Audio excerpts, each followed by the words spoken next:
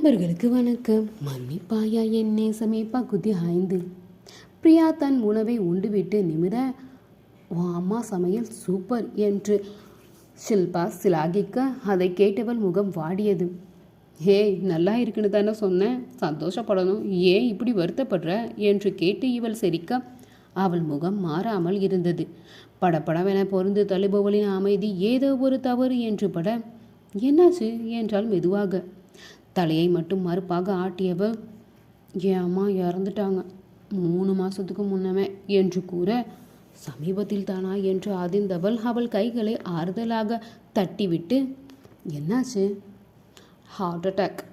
அதை கேட்டவளோ மேலும் என்ன கூறுவதென்று புரியாமல் அவள் விழித்து பின் சிறிது அமைதிக்கு பிறகு, இவ்வளவு டேஸ்டாக இருக்கேன், யார் அப்போ சமைச்சது என்று பேச்சை மாற்ற, நான் தான். நீயா என்று ஆச்சரியத்துடன் இவள் இழுக்க, நிஜமாவே உனக்கு சமைக்க தெரியுமா என்று மேலும் அவள் சந்தேகிக்க, மீன் குடிக்க நீந்த தெரியுமான்னு கேட்குற மாதிரி இருக்கு, நான் நல்லா சமைப்பேன் என்று பெருமையாக கூறியவள் அவளுடைய லெமன் சாதத்தையும் உண்டுவிட்டு, உங்கள் சமையலும் சூப்பர் என்று கூற, என் அம்மா பண்ணது எனக்கு சமைக்கவெல்லாம் வராது, நான் வீட்டுக்கு ஒரே பொண்ணு, அதனால செல்லமாக பார்த்துப்பாங்க. நானும் ஒரே பொண்ணு தான், அதனால சின்ன வயசுலேருந்தே அம்மா சமைக்கும்போது என்னை கூடவே வச்சுப்பாங்க. அவங்க கூடவே இருந்ததால் அப்படியே பார்த்து பார்த்து எனக்கும் பழகிட்டு, சில நேரம் சண்டேயில் நானே அப்பா அம்மாவுக்கு சமைச்சலாம் கொடுத்துருக்கேன் தெரியுமா. எல்லா நாளும் இன்றைக்கி நானே சமைக்கிற மாதிரி ஆயிட்டு என்று பெருமையோடு ஆரம்பித்து வெறுமையாக அவள் முடிக்க, இப்போ அப்பாவுக்கும் நீ தான் சேர்த்து சமைச்சு கொடுப்பியா? எங்கே, நான் வேலைக்கு இந்த ஊருக்கு வந்துட்டேன்னா சின்னதாக ஒரு ரூம் எடுத்து அப்பா என்னை தங்க வச்சுட்டு ஊருக்கு போயிட்டாங்க என்று கூறி முடிக்க உணவும் காலியாகி இருந்தது. இருவரும் கையை கழுவி விட்டு தங்கள் பைகளை எடுத்துக்கொண்டு கிளம்ப தன் ஃபோன் நம்பரை கொடுத்தாள் ஷில்பா. என்ன ஹெல்ப் வேணாலும் எனக்கு கால் பண்ணு, நாம் இனிமேல் ஃப்ரெண்ட்ஸ் என்றவளிடம், அப்போ இதுக்கு முன்னவரை என்னை ஃப்ரெண்டாக ஏற்றுக்கலையா? நானெல்லாம் பார்த்த உடனே உங்கள் ஃப்ரெண்டாக ஏற்றுக்கிட்டேன். பார்த்தாலே தெரியுது என்று கூறியவள் மேலிருந்து கீழே அவளை அளந்தபடி கூற இருவரும் சிரித்து கொண்டனர். சிறு பெண் இந்த வயதில் தாயை இழந்து வேலைக்காக தனியையும் நிற்கிறாள் என ஷில்பா உருகி அவளிடம் நட்பு பாராட்டினார்.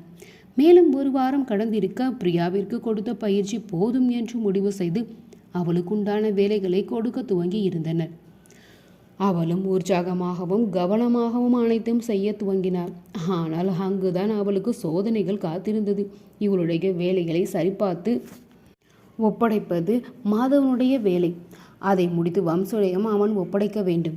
வேலைகள் தாமதமாவதை உணர்ந்தவன், என்னாச்சு என்று விசாரிக்க முதலில் தயங்கியவன் பின் தனக்கு எதுவும் பாதிப்பு வந்துவிட போகிறது என பயந்து பிரியாவை மாட்டிவிட்டான். சார், பிரியா முடிச்சு கொடுக்க லேட் ஆகுது, அவங்க கொடுத்த பிறகு தான் சரி பார்த்து உங்ககிட்ட நான் கொஞ்சம் கொடுக்கறதுக்கு லேட் ஆயிடுது என்று அவன் கூறி முடிக்க அமைதியுடன் கேட்டுக்கொண்டவன் அவனை அனுப்பிவிட்டு கேமராவில் பார்வையை செலுத்தினான். அனைவரும் தங்கள் வேலையில் மூழ்கி இருக்க இவள் மட்டும் அங்கும் இங்கும் அலை பாய்ந்து கொண்டு இருந்தாள். அவளையே வெகு நேரம் பார்த்து கொண்டு இருந்தவனுக்கு தலை சுற்றுவது போல் இருந்தது. ஒரு 5 நிமிஷம் அவளோட சேர்ல சேர்ந்த மாதிரி உட்கார்ந்துருக்காளா, அவள் சீட்டில் எதுவும் முள்ளை வச்சு தச்சா மாதிரி சுற்றிக்கிட்டே இருக்கான் என்று நினைத்தவன் ஷில்பாவை அழைத்து பிரியாவை ஃபைலை எடுத்து கொண்டு வர சொன்னான். அவள் அந்த தகவலை பிரியாவிடம் சேர்த்துவிட்ட, நான் இன்னும் முடிக்கலையே என்று இவள் இழுக்க, அதை போய் நான் அவங்கக்கிட்ட சொல்ல முடியாது, நீ போய் பார்த்துட்டு வந்துடு என்று இவள் முடித்துவிட அந்த ஃபைலையும் எடுத்துக்கொண்டு அவன் அறை நோக்கி செல்ல, சிங்கத்தின் குகைக்குள் முயல்குட்டி செல்வது போலவே இவளுக்கு ஒரு பிரம்மை. அனுமதி பெற்றுக்கொண்டு உள்ளே செல்ல அங்கு வருண் அமர்ந்து இருந்தான். அவனின் காணவும் தான் இவளுக்கு அப்படி ஒரு நிம்மதி படர்ந்தது. அம்மாடியோ, தனியாக மாட்டில் சப்போர்ட்டுக்கு ஒரு ஆள் இருக்கு என்று நினைத்தவள் வம்சியிடம் குட் மார்னிங் என்று கூறிவிட்டு வருணிடம் குட் மார்னிங் சார் என்று ஒருவருடன் கூற இதை கவனித்தவன் முகத்தில் கடுமை பரவியது. போதும் இழிச்சது என்று கூறியபடி அவன் கை நீட்ட இப்பொழுது தைரியமாகவே ஃபைலை நீட்டினாள். அதை பெற்றுக்கொண்டவன், இவ்வளோ நேரமாக ஆஃபீஸ் மொத்தமும் ரவுண்ட் அடிச்சிட்டு இருந்தியே, எதுக்கு? உனக்கு ஒன்றும் சூப்பர்வைசர் வேலை கொடுத்த மாதிரி எனக்கு நினைவே இல்லையே என்று குத்தலாக இவன் கேட்க, ஏண்டா என்பது போல் நண்பனை ஒரு பார்வை பார்த்தான் வரும். பதிலுக்கு அவன் முகத்தில் இருந்த கடுமையை பார்க்கவும் அமைதியாகி விட்டான். சாரிம்மா, இனி கடவுள் விட்ட வழி என்று மனதில் கூறிக்கொண்டான். சின்ன சின்ன டவுட் சார், அதுதான் கேட்டு தெரிஞ்சுக்கிட்டு ஃபைல் ரெடி பண்ணுறேன்.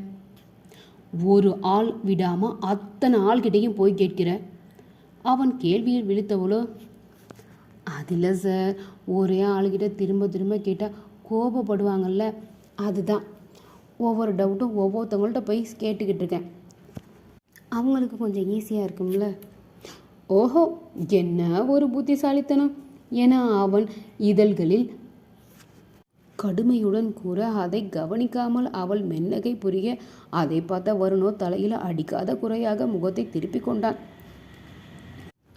அவன் எதுக்கு சொல்கிறான்னு தெரிஞ்சுக்காம இந்த பொண்ணு சிரிக்குதே. சாரிம்மா, நீ காலி. அவளை அடக்கப்பட்ட கோபத்தோடு பார்த்தவனும் அந்த ஃபைலை புரட்டி பார்த்துவிட்டு எரிமலை என்று பொங்கினான். மீதி எங்க? இனிமேதான் சார் ரெடி பண்ணணும். எனக்கு இந்த வேலை முடிக்க நாளைக்கு வர டைம் இருக்குது என்று கூற வருண் தலையிலேயே கைவிட்டு விட்டான். அவ்வளவுதான், பொங்கி விட்டான் வம்சி. இந்த 4 பேப்பரை ரெடி பண்ண இது வரைக்கும் 40 தடவை ஆஃபீஸை சுற்றி வந்திருக்க. இதில் நாளைக்கு வர டைம் இருக்குன்னு எவ்வளவு தைரியமாக சொல்கிறேன். பொறுப்பில்லை, பயம் இல்லை, அது இல்லை இது இல்லை என்று கத்தி தீர்த்து விட்டான். இடையில் வருண் அமைதிப்படுத்த நினைத்து எல்லாம் செய்ய அது காத்தோடு பறந்தது. அங்கு இருந்த பெல்லை அழுத்தி சில்பாவை அழைத்து இருந்தான். வந்து நின்றவளிடம், சில்பா, இனி பிரியாவோட ஃபைல் என் டேபிளுக்கு நேராக வரணும். அண்ட் யூ, இனி உன்னோட டவுட் எதுவாக இருந்தாலும் என்கிட்ட வந்து நேரடியாக கேளு. ஆத்தி, இவர்கிட்ட வந்து டவுட்டை கேட்குறதா? என்ன டாராக கிழிச்சிருவாரே என்று மனதிற்குள் அவள் புலம்ப. டவுட் கேட்டு இனி எங்காவது சுற்றிக்கிட்டு இருக்கிறத பார்த்தேன். இங்கே பியூன் வேலைக்கு தான் இதுவரை ஆள் இல்லை. உன்னை வேணா அதுக்கு ப்ரமோட் பண்ணுறேன். அவள் அதிர்ந்து அவனை நோக்க, இன்னும் எதுக்கு இங்கே நிற்கிற, கெட் அவுட் என்று சொல்லவும் தான் தாமதம். மின்னல் வேகத்தில் அங்கிருந்து வெளியேறினாள். அவள் பின்னே ஷில்பாவும் வெளியேறி இருக்க, அவர்கள் வெளியேறிய பிறகு வருண், அந்த பொண்ணு புதுசு தானடா, ஏன்டா இவ்வளவு கோவப்படுற? புதுசுன்னா தலையை தடவி கொடுத்து பக்கத்தில் உட்கார வச்சு சொல்லி கொடுக்க சொல்றியா? அவர்கள் பேசிக்கொண்டு இருக்கும் போதே கதவு திறக்கும் ஓசை கேட்டது. இருவரின் பார்வையும் அங்கு செல்ல, அங்கு நின்றவளை பார்த்து வருணிற்கு அதிர்ச்சி என்றால் வம்சிக்கு குழப்பம். உனக்கு என்ன, அதுக்குள்ளே டவுட் வந்துட்டான் என்று வம்சி கேட்க, ஆமாங்கு வந்து நின்றவள் பிரியாவே தான். இல்லை சார், என்னோட ஃபைல் என்று கேட்டபடி அவள் நிற்க குனிந்து தன் டேபிளை பார்த்தவன் பின் நிமிர்ந்து, மேடம், நான் வேணா உங்களுக்கு கிட்டனை எடுத்துகிட்டு வந்து தரவா? வேணா சார், நானே வந்து எடுத்துக்கிறேன் என்று அவன் அருகே ஓடி வந்து அந்த ஃபைலை எடுத்துக்கொண்டு தலையாட்டி விட்டு நகர்ந்தாள். வருண் கண்களை இறுக மூடி திறந்தான். நண்பரிடம் திரும்பியவன், டே, இது சரியில்லடா, உன் வேலை முடிஞ்சதில்ல, கிளம்பு. நீ ரொம்ப நல்லமாண்டா என்று கூறியபடி அங்கிருந்து நகர்ந்தான் வருண். மேலும் நாட்கள் அழகாக நகர்ந்தது. பிரியாவிற்குத்தான் சோதனை காலமாக நகர்ந்தது. சின்ன சின்ன டவுட்டை எல்லாம் தூக்கி கொண்டு அவனிடம் சென்றால் கொன்று விடுவான். வேறு யாரிடமும் கேட்கலாம் என்றால் கேமரா மூலம் கண்காணிப்பவன் அதற்கும் இடம் தரப்போவது இல்லை. தலை சுற்றினாலும் அவனிடமே சென்று நின்றாள். அவன் பார்க்கும் பார்வை குத்தீட்டிகளாய் கிழிக்க, ஏன் சார் முறைக்கிறீங்க? எனக்கு என்ன உங்ககிட்ட வந்து கேட்கணுன்னு ஆசையா? நீங்கள் தான் இங்கே வர சொன்னீங்க, நான் என்ன பண்ணுறது என்பதை நினைக்க மட்டுமே அவளால் முடிந்தது.